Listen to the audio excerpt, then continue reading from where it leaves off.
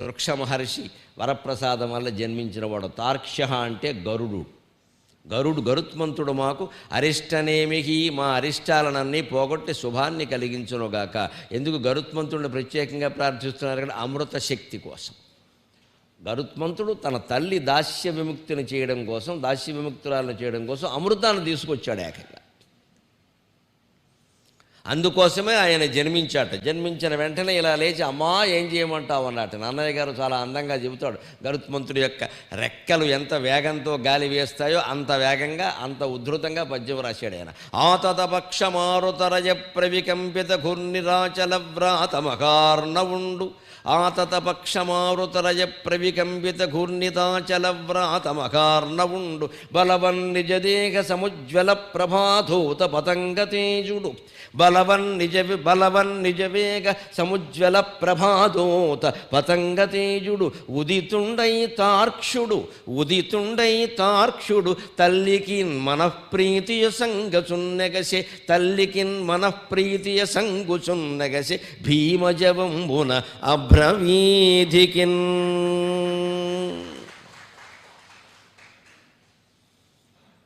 వైనతేజాయ విద్మహే సువర్ణపక్షాయ ధీమహి తన్నో గరుడ ప్రచోదయాతు అనే మంత్రపుష్పంలో కూడా చెబుతారు.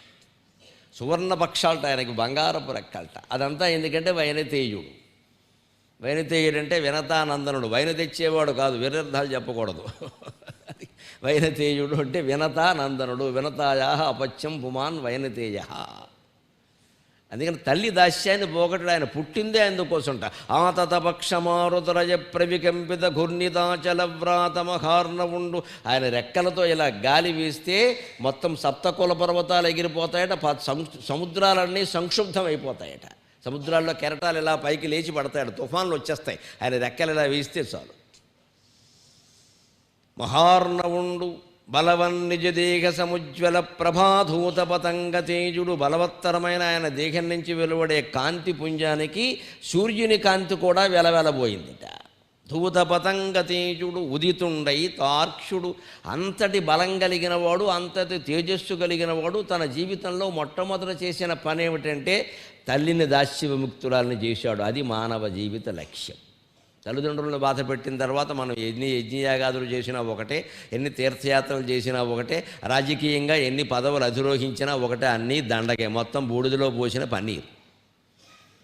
ఇంట్లో తల్లిదండ్రులను ఏడిపించుకు తినడమో, నేను ఎక్కడో వృద్ధాశ్రమం కట్టానని ఎవరి కోసం కట్టేవి ఇక్కడ? మీ అమ్మ నాన్న వదిలేస్తావా? వృద్ధాశ్రమం కడతావు ఇక్కడ. నేను బాగా సోషల్ సర్వీస్ చేస్తున్నా, అదొకటి ఎక్కువైపోయింది. బాగా చేయవలసిన పని చేయడు సోషల్ సర్వీస్. ఎందుకంటే పేపర్లో పేరు వస్తుంది బాగా. రేపు పొద్దున ఎమ్మెల్యే టికెట్ ఇస్తారు, లేకపోతే ఎవడో పిలిచి దండేసి సన్మానం చేస్తాడు ఈయనకి. అందుకోసం చేస్తారు. ఇంట్లో చేయవలసినవి చేయడు. కుటుంబ బాధ్యతలేమో పెళ్ళానికి వదిలేడు. ఆవిడ చస్తూ ఉంటుంది అక్కడ, పిల్లల్ని వేసుకుని ఇక్కడ. వాళ్ళకి చదువు రాక నానాయాతన పడి ఈయన బయట తిరుగుతూ ఉంటాడు ఇక్కడ. వేదికల మీద ఈయనకి దండలు వేస్తారు. మరి ఇంట్లో ఆవిడకి ఎవరు చేస్తారో?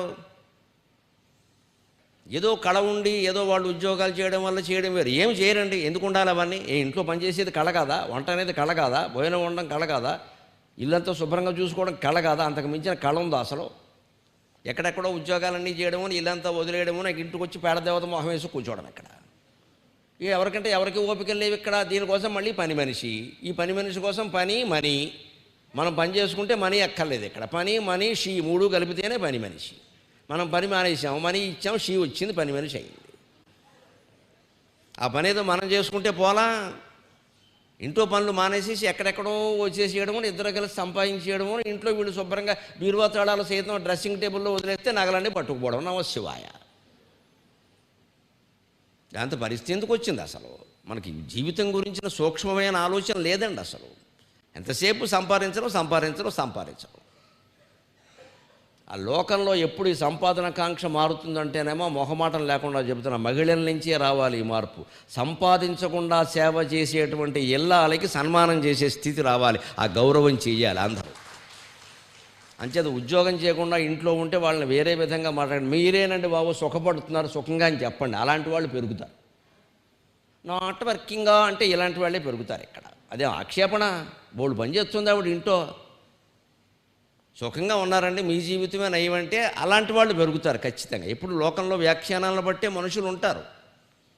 వాళ్ళు పిల్లలు అడుగుతున్నారండి ఆశ్చర్యకరంగా తల్లుల్ని, అమ్మ నువ్వు ఎందుకు నాట్ వర్కింగ్? మా ఫ్రెండ్స్ అందరూ అడుగుతున్నారు. మా ఫ్రెండ్ ఓ తల్లి బ్యాంక్ మేనేజర్ అంటే వీడు అర్జెంటుగా బ్యాంక్ మేనేజర్ అయిపోవాలి ఇప్పుడు వీడి కోసం. ఇలా అడిగిన పిల్లలు అలా అడగడం తప్పు అని చెప్పాలి. నేను ఇలా ఉండబట్టే నువ్వు చదువుకుంటున్నావు సన్నాసి అని చెప్పాలి. మన సమాజంలో వ్యాపించిన జబ్బు ఇది. డబ్బు సంపాదిస్తేనే పని అనమాట, లేకపోతే లేదా. ఎంత సేవ అది. ఆ సేవకు గుర్తింపు గౌరవం ఉండద్దా?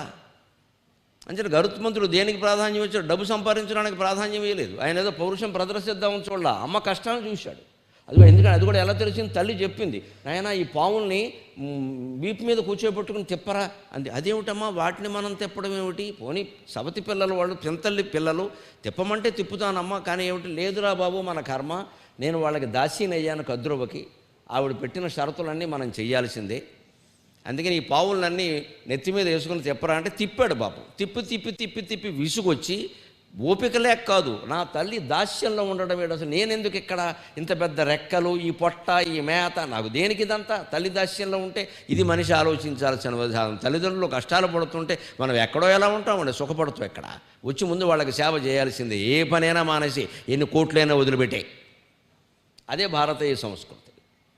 అందుకని ముందు నీకు ఎందుకు వచ్చింది ఈ కష్టం చెప్పమ్మా చెప్పింది. ఏం చేస్తే పోతుంది అన్నాడు. వాళ్ళకి అమృతం కావాలట్రా, తెచ్చిస్తే పోతున్నాడు. నేను తెస్తానమ్మా అన్నాడు. తల్లికిన్ మనఃప్రీసియ సంగుసున్నగసి భీమజవంబున అభ్రవీధికిన్. భయంకరమైన వేగంతో ఆకాశానికి ఎదిగాడు. తండ్రి దగ్గర, కశ్యపుడి దగ్గరికి వెళ్ళాడు. తండ్రి అమృతం తేవాలి అంటే నాకు బలం కావాలి, బలం కావాలంటే మంచి తిండి తినాలి, నాకు కావలసిన తిండి ఎక్కడ దొరుకుతుంది అన్నాడు. ఆయన చెప్పాడు, ఏకంగా ఒక పెద్ద ఏనుగు, ఒక పెద్ద తాబేలు ఉన్నాయి ఎక్కడో, అది కొన్ని మైళ్ళ పొడవు మైళ్ళ వెడల్పు ఉంటాయి, రెండు కూడా శుభ్రంగా వాటిని పట్టుకుని తినరాబ్బా, నీకు అదైతే తప్ప సరిపోదు, నువ్వేదో మామూలు ఊరికి నారాయణమ్మ కొట్లో 2 ఇడ్లీ తింటానంటే కుదిరే పని కాదమ్మా ఇదని చెప్పి. అందుకని అక్కడికి వెళ్ళి అవే తిన్నాడు ఆహారం సరిగా. ఆ తినేటప్పుడు వాటిని పట్టుకెళ్ళేటప్పుడు బోల్డు ఇబ్బందులు వచ్చాయి. ఆయన పట్టుకెళ్ళి ఒక కొమ్మ మీద పెడితే ఆ కొమ్మ విరిగిపోయింది. ఆ కొమ్మకి వాలకిల్యులు అనే మహర్షులు వేలాడి తపస్సు చేస్తున్నారు. వాళ్ళు బంగారం కానీ ఇంకెక్కడ చోటు దొరకలేదు వాళ్ళకి. ఆ కొమ్మకి వేలాడి తపస్సు చేస్తున్నారు. వాడు శపించబోయారు, అతను దండం పెట్టేశాడు. వెంటనే కశ్యపుడు చెప్పాడు, మా అబ్బాయి వాడు ఏమనకండి పొరపాటు జరిగింది. బాబు మహర్షులు ఉన్నారా, వాళ్ళకి మెలకువ రాకముందే నువ్వు తీసుకెళ్ళి ఆ కొమ్మను వేరే చోట పెట్టి హిమాలయ పర్వతాల్లో అన్నాడు. వాళ్ళు నిర్వికల్ప సమాధి నుంచి మేలుకోకముందే మహర్షులతో సహా కొమ్మను తీసుకెళ్ళి హిమాలయ పర్వతాల్లో పెట్టి మళ్ళీ వీటిని తీసుకొచ్చి ఎక్కడ పెట్టాలో అక్కడ పెట్టుకుని తినడండి. అది గరుత్మంతుడు అంటే, అది గరుత్మంతుడు. ఈ మొత్తం చేసినటువంటి సాహస కార్యానికి మెచ్చుకుని, ఇంద్రుడితో యుద్ధం చేసి కూడా గెలిచినటువంటి సాహస కార్యానికి మెచ్చుకుని విష్ణుమూర్తి నీకేం వరం కావాలి అంటే ఏమడిగాడో తెలుసా? నాకు 2 వరాలు ఇవ్వండి. ఒకటి మీ సేవ, మీకు ఎప్పుడూ నేను వాహనంగా ఉండాలని అడిగాడు. ఇవాళ ఎన్ని విష్ణువాలయాల్లో, కృష్ణాలయాల్లో, వెంకటేశ్వరాలయాల్లో గరుత్మంతుడిని చూస్తున్నామండి మనం. మహానుభావుడు ఎప్పుడూ ఇంత వినయంతో దండం పెడుతూనే ఉంటాడు. ఇలా బల ప్రదర్శన చెయ్యడు. ఆంజనేయ స్వామి, గరుత్మంతుడు ఇలా దండం పెడుతూ ఉంటారు. అంతకంటే బలవంతులు ఉన్నారా అసలు? వాళ్ళు ఇలా ఉంటారు. మనం బలవంతులమైతే ఈ పెద్దవాళ్ళ దగ్గర ఇలా ఉండాలి, మాటిమాటికి బల ప్రదర్శనలు చేయకూడదు. అదే గరుత్మంతుడి నుంచి, ఆంజనేయుడి నుంచి నేర్చుకోవాలి. అయ్యాక ఇంకో విచిత్రమైన వరం కోరాడు. రెండోది ఏమిటయ్యా అంటే, నాకు తిండి కావాలి కదా అన్నాడు. అమృతం తెచ్చావు కదా తీసుకో అన్నాడు. నాకు వద్దు. దొరకినమృతంబు సురల కుమరల నొసగి అగులు కూడుగా గరుడి తానడుగు కొనడే అమృతమైనను చవుల జాత్యన్న సమమే. నామోక్తమాల్యలో కృష్ణదేవరాయలు రాస్తాడు. ఇంత గరుత్మంతుడు ఇంత అమృతాన్ని తెచ్చి దేవతలకు ఇచ్చేసి ఆహారంగా ఏం కావాలంటే, నాకు ఉండే ఆహారం పాములు, ఆ పాములు నాకు దొరికేలా, రోజుకో పాము దొరికేలా చూడని చెప్పి. అప్పుడు కృష్ణదేవరాయలు ఏమంటాడంటే, ఎందుకు గరుత్మంతుడు పాములు అడిగాడు అంటే, ప్రపంచంలో ఏ జీవి అయినా సరే వాడు అలవాటు పడిన ఆహారం తిన్నప్పుడు ఉన్నంత సంతుష్టిగా కొత్త ఆహారం తిన్నప్పుడు ఉండడు.